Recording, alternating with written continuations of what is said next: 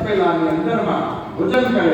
પછી નેલ્સન મહેતા ધીરે ધીરે કે પૈસા નથી, 2 દિવસ પછી આપીશ. વેપારી બહુ હોશિયાર, એટલે તરત જ કહી દે કે તમારા પોતાના સાધનમાં તમે વાપરવાના છો તો આ ઘી થોડું ઉચિત છે, આમાં એક ગરોળી પડી ગઈ છે. આવું જૂઠું બોલીને ઘી પાછું ખાલી કરી દે. કોઈ એમને ઘી આપ્યું નહીં. પણ ભગવાનના એની ભક્તોની પ્રાર્થના કોણ સાંભળે? ભગવાન જ સાંભળે. એટલા માટે એનો પુકાર કૃષ્ણ ભગવાનની પાસે ગયો અને ભગવાન જાતે નરસિંહ મહેતાનું રૂપ લઈને ગામમાં આવ્યા અને બધાને કહ્યું કે ગામમાં સાગમટે આમંત્રણ આપી દો કે આજે નરસિંહ મહેતાની ઘરે બધાનું ભોજન છે. આખું ગામને આમંત્રણ આપી દીધું અને કૃષ્ણ ભગવાને એટલી મોટી ટોળકી ઉતારી દીધી. કોઈ રસોઈ બનાવે, કોઈ જુદા ખોદે, કોઈ તપેલા ચડાવે, આ બધું કરવા માંડ્યું. સ્વાદિષ્ટ રસોઈ બનાવી. ગામમાં બધા